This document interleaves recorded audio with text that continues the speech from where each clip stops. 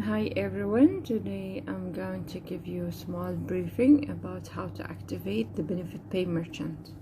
It's really easy and it's not complicated, so just follow the step and you can carry on. The first thing, after you sign the agreement, you will give them an email, so they will set your let's say your system, and they will send you an email where you can have an access to it.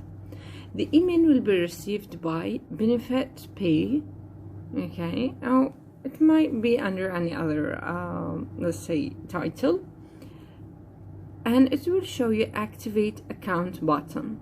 After you press this button, it will direct you to the web page. The web page is where your system is.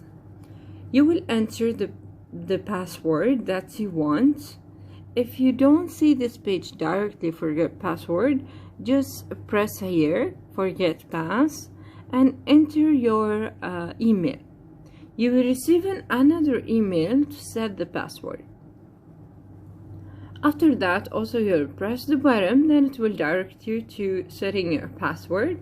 After you set it, you'll just simply, as the username, you will add your email and the pass, then you're gonna sign in. If you have any problem with the link, that is the link, but make sure that you have received this email, otherwise you are not activated yet. Okay, when you log in, you will see this page: branch management, terminal, and transaction history. First, what you have to do is to add the branch. The branch is your store. Let's say you have 7 branches, you can add 7 stores. When you log in, you will see the web page. You will need 2 tools to activate your service. First is the web portal. The second thing is the device where you add BENEFITPAY merchant. You can find it in the Play Store or in the App Store for iPhone. Even tablets and iPads can work in all of them. Okay, let's go back for the branch management. You'll press on branch management so you can add and fill up all the necessary details on the schedule. Let's say the city, the streets, landmark, like the nearest place that's really famous, the floor, branch name, blah blah blah. Then here is the branch name, address, and coordinates. The coordinates, just simply do it manually. Press on this small man here, and zoom out, select the location exactly. Make sure that you don't move the mouse after that, because the latitude and longitude might change, so make sure it don't change, because this information is gonna be shown for the customers.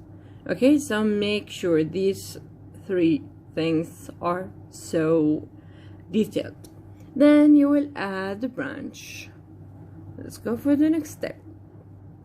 When you add the branch, you will see the branch name, okay, and how many terminals comes under it. Of course, you have not made the terminal yet, so there will be a 0 terminal. How to add the terminal? Of course, the options, there is my terminal. Terminals means devices. Let's say how many devices is linked to your branch. You select the branch that you want to add the device on. You will enter the description or the name.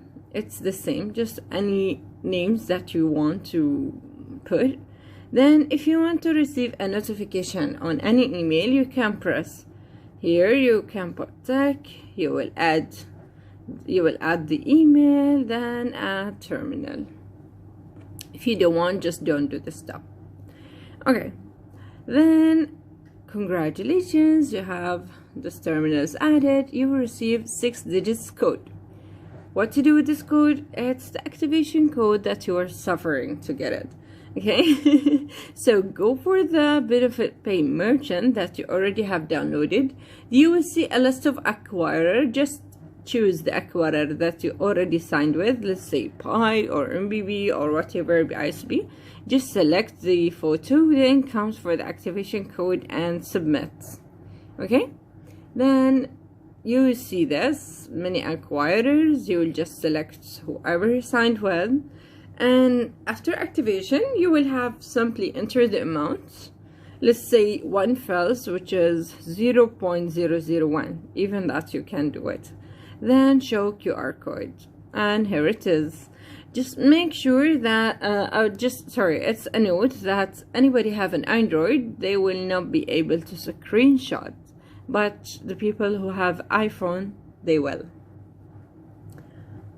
Okay, then if you want to check if the transaction is successful, of course you will receive a notification, or you can check the history. It's on the bottom out there. Let me show you. It's the history. I don't know if it's shown clear or no, but I'm sure you will see it in your phone. Then you will see the timing, the 4 digits of the card, the reference number, and the amount with the date, and all the details will be showing up here.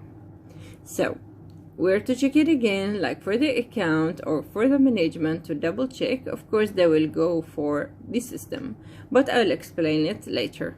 Let's go for the terminal.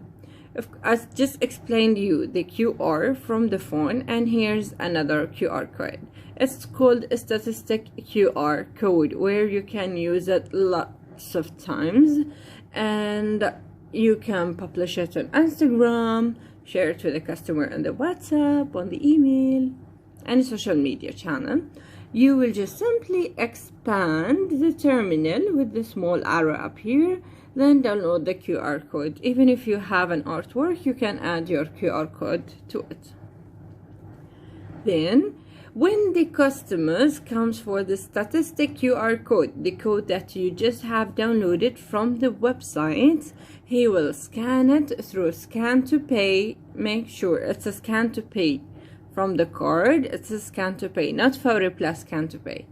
Okay, the card is scan to pay.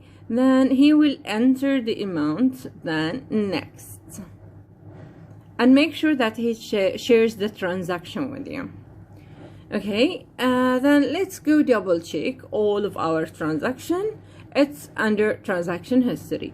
You can select it under which branch or card digits.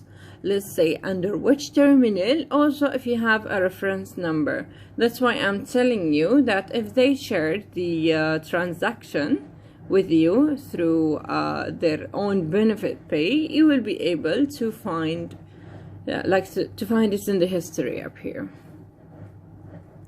Then is merchant configuration. Merchant configuration, simply your logo, just add it and to be showing in the device. Okay, let's see you have multiple users. You want to give an access to another manager, but you don't want to give them your password. So in the options, you will see a small screen up here. Just press it, manage users. First, you have to add the role. Add the role, like what they have access to. For me, I just put a role just to read or to create a terminal, update, or whatever. It's up to you. After you add the role, you will have to add the user, because you are gonna select the roles. You can add multiple roles, and you can select which user can use which role. You put their name and email. They will receive the same email, and they will have access to read the transaction history.